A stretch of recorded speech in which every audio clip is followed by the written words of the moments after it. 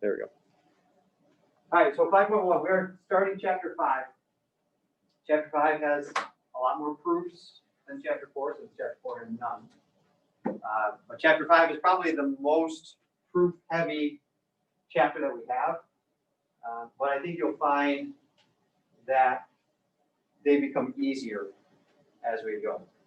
And really, they don't come into play until maybe tomorrow, but probably not till Wednesday. So today, I think we should be good. Yeah. So on Wednesday, we have like a half day kind of, right? Correct. So we're gonna do a lesson, like even though it's half day. Yeah, we got 25 minutes. That's all it'll take to zoom in and do a lesson, and you guys can work in the afternoon. Yeah. All right. So first thing, you might not have these down. Make sure you have these down. Okay. These are the different types of triangles that we have. The different classifications of triangles. The top ones, those are classifying by sides, and then the bottom ones are classifying by angles. So as I'm talking, make sure you have these down. You know the definitions of these. So that when they ask you questions, you can answer them correctly. So the top ones, like I said, this is classifying by sides. So classifying by side length. A scalene triangle has no congruent sides. All three sides are different lengths. We can see that we don't have any tick marks, right? 3 different side lengths for our scalene triangle. An isosceles triangle, you'll notice it says at least 2 congruent sides. At least 2 congruent sides.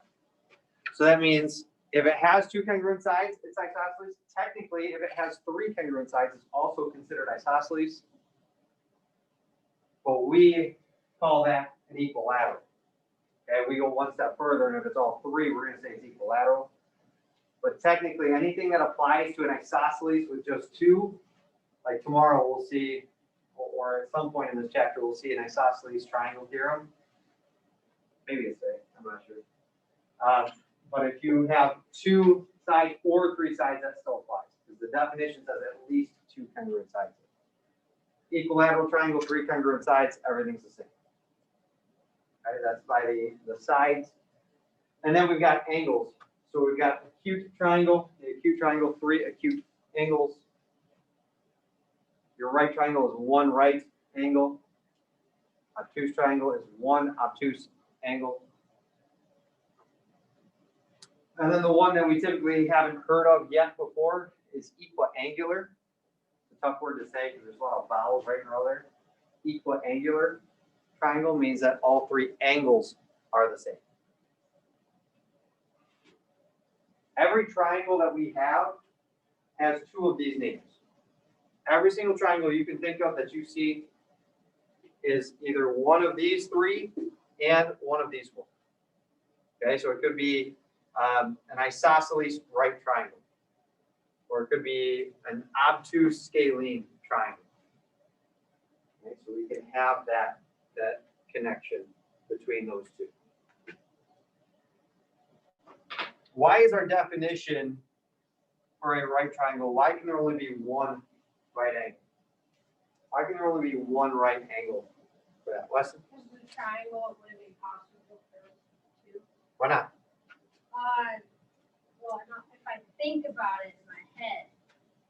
Oh, right, because you can't equal, you have to equal 180. There you go. Yeah, we got to equal 180. So if you had 2 right angles, that's 180 degrees already. That third angle just wouldn't exist. There wouldn't be any degrees left for it, so we can't do that. Same thing with obtuse, right? You can't have more than 1 obtuse angle in a triangle because now you're over 180, and that can't happen. Okay? So just make sure we know the definitions, please. Okay? It is equiangular when all the angles have to be 60. Yes. Yep. So if you see all the signs, you know exactly that. All right, for 60. Yeah, I mean these, because it has to add up to 180, we know each one is the same, it has to be 60. Yep, we know that right away, for sure. And I think we see either a theorem or a corollary with that. Yeah. Can you also say that it has 3 congruent sides? Yep, and we'll see something on that as well. Yeah, if it's equiangular, it's got to be equilateral. Yep, those 2 go together, for sure. All right, moving on. So part of what they're going to ask you to do is just to classify the angles or the triangles either by sides or by angles or by both, right? So in a real world picture here, even though they have to, you know, connect it and make it an actual triangle. Hard to see, but they have tick marks there and there. What type of triangle would we call this? Luke? Isosceles, and what other name would we give it then? Because remember, every triangle's got two names. Yeah, isosceles, acute. That'd be an acute isosceles triangle. There you go. And it's S. All right. There you go.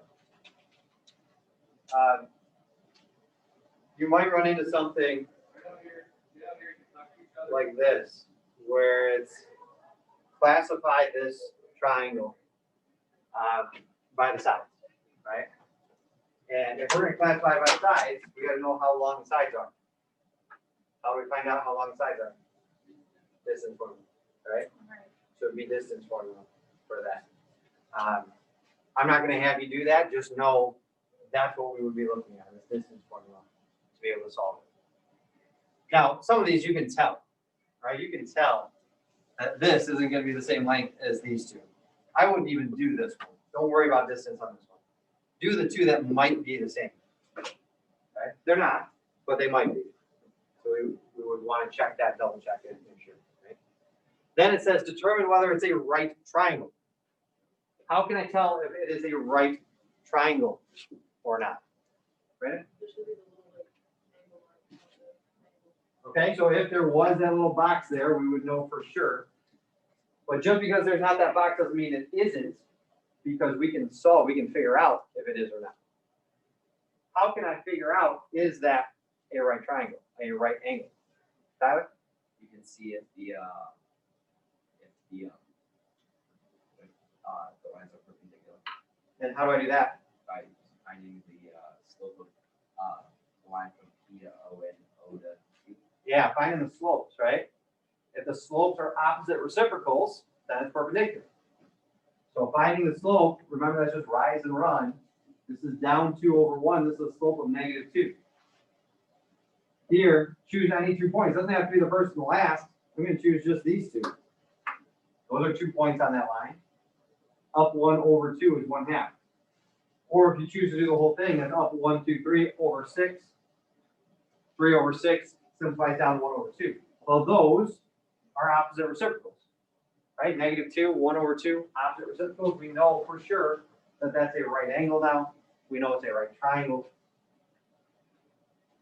So we've got a scalene right triangle if we go through the whole thing. All right. Good deal. Questions on that? All right.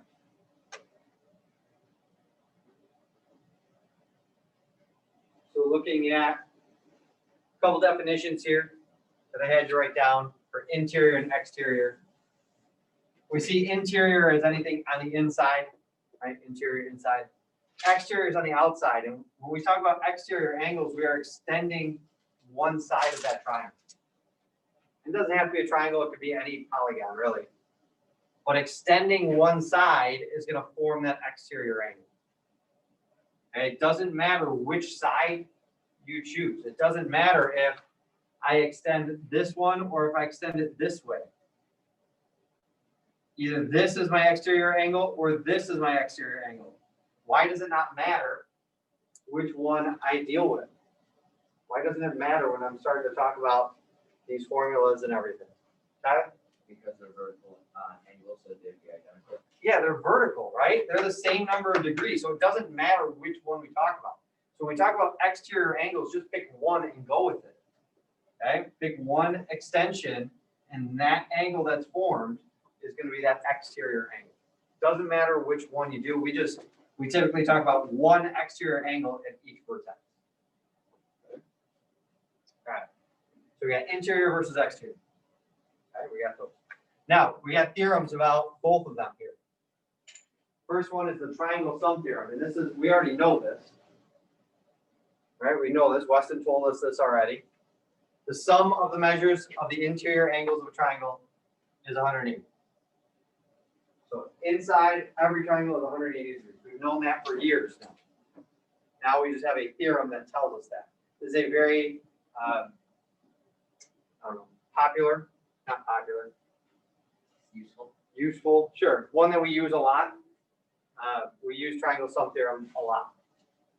So this is the reason why we can say that we add up the three angles and it equals 180. Triangle sum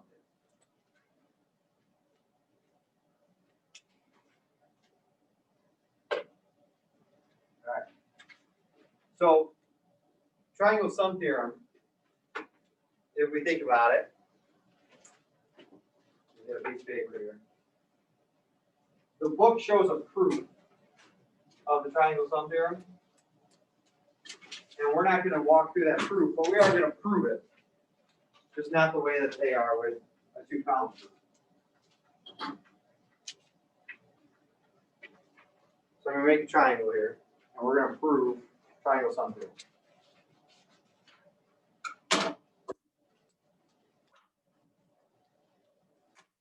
So I got triangle, right? With 1, 2, 3. I got a triangle.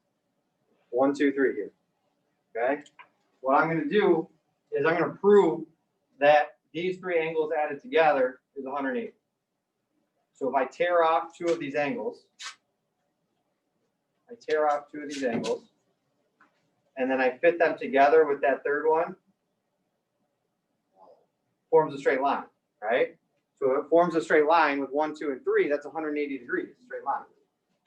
So we can say for sure that those three angles added together are going to equal 180. Right? That's what we're looking at. And the proof that's in the book is not bad. It just has us draw in a parallel line, and then it uses alternate interior angle. 3 and 5 are alternate interior. 1 and 4 are alternate interior. So that shows that they have to add up to 180. I like mine a little bit better, but whatever. Questions on our triangle sum theorem?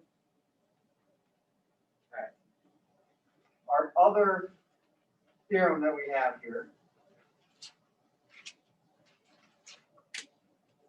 is for exterior angles. And this is specifically in a triangle. We're dealing all with triangles in this chapter. Exterior angle theorem. Measure of an exterior angle is equal to the sum of the measures of the two non-adjacent interior angles. So basically what we're saying is this angle, this exterior angle, is equal to these two angles added together. Okay, these two added together equal that. Okay, not the one that's touching it, but these two. Okay. So typically if we had a class full of people, then we could maybe discuss this a little bit nicer, a little bit easier. But I want you to think about why is that true? Based on the stuff that we've talked about, maybe triangle sum theorem, based on linear pair theorem. How do I know that this has to equal these two added together? I want to give you a minute. I want you to think about it, and then we're going to talk about it.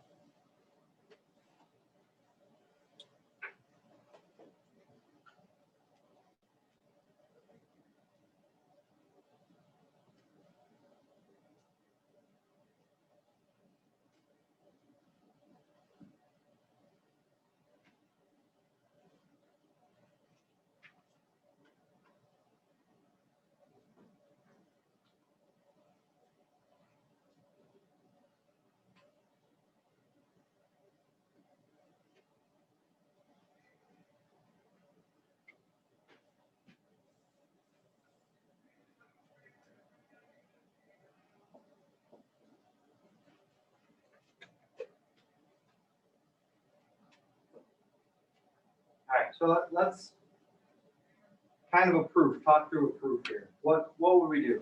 What would we say? 2 and 1 are linear pairs. Mhm. Right, so they're going to be add them together equal 180. Okay, and that's a linear pair postulate. Okay, you're absolutely right. 1 plus 2 is equal to 180, and I'm just not going to put the angles for sake of time. Okay, what else can I say? Tyler? Yeah, 2, 3, and 4 added together equals 180, so you can substitute jumping ahead of me, but you got that, that's triangle sum theorem. Triangle sum theorem. All right, so 2 plus 1 is equal to 180, 2 plus 3 plus 4 equals 180. Because they're both equal to 180, they're equal to each other. All right, that's substitution or transitive property, depending on how you want to look at it. So now I got 2 plus 1 is equal to 2 plus 3 plus 4. Here? Well, angle 4 and angle A are congruent. Do the line of your posture? Well, not congruent, but the equal 180. 3 and, say it again? A and 4. A and 4, A is 4. I just renamed it. So we can't say exactly the same. Well, what can I do with this equation? Brandon?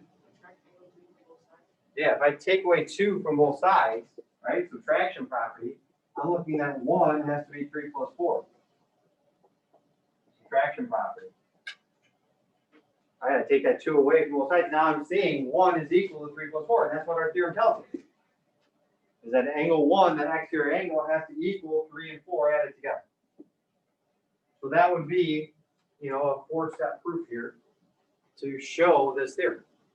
Yeah. Could you use substitution from like the second one, like 2 plus 3 4? Yeah, make it make that go to 1 equals 3 plus 4. You could say 2 plus 1 equals 180, and 2 plus 3 plus 4 equals 180. So 3 and 4 must be equal to 1. Yeah, but the reasoning behind that, we have to do another step. Okay. So we'd either have to set these equal to each other, or we'd have to subtract 2 from both sides on each of these and say 1 is equal to 180 minus 2, 3 and 4 is equal to 180 minus 2, so they're equal to each other. There's that one extra step we gotta do. Yeah, it's a good idea. Okay, so exterior angle theorem, we just gotta know when to apply it, how to use it, and what it's telling us. So it's gonna be a problem like this that we see here. So we've got x, we got 70, and then 2x minus 5 here. We want to solve for x. Okay, so set up an equation. Look at that exterior angle theorem, set up an equation that we can use to solve for x.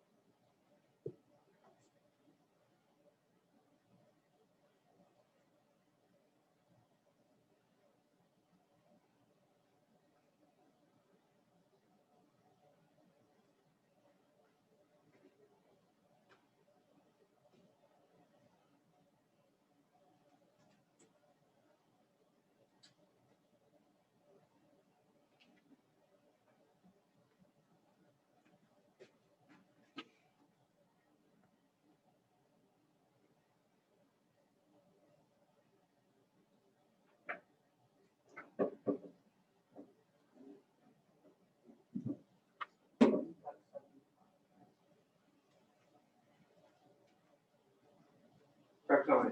Do they have? I got 65. Yeah, I got 65. Because you go plus 70 plus x equals is equal to 2x minus 5. 5 minus, yeah, so we're at the 5 equals 3x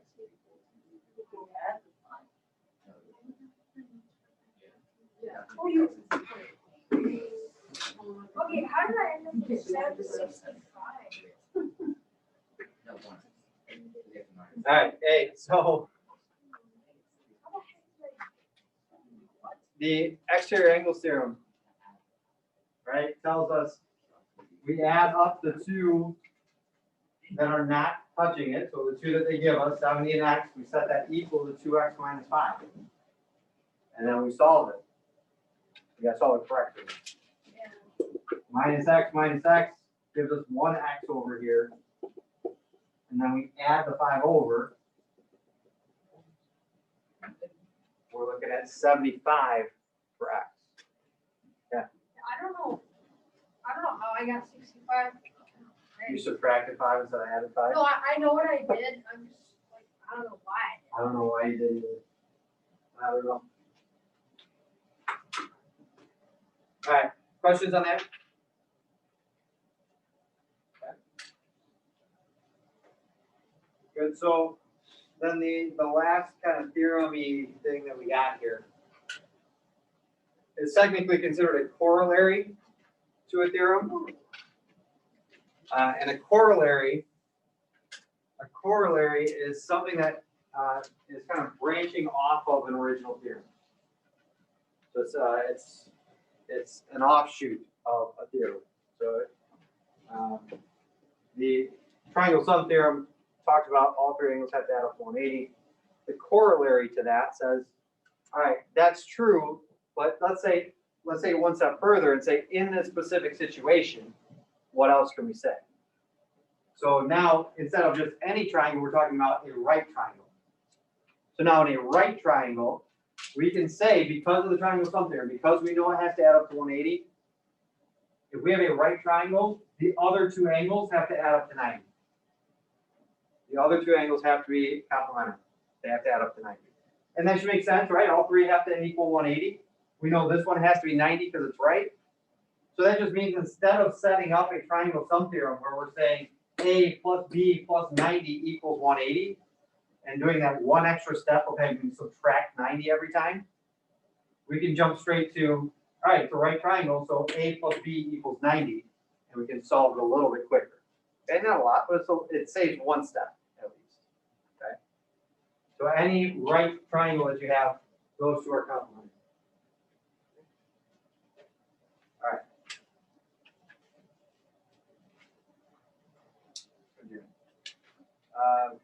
Yeah.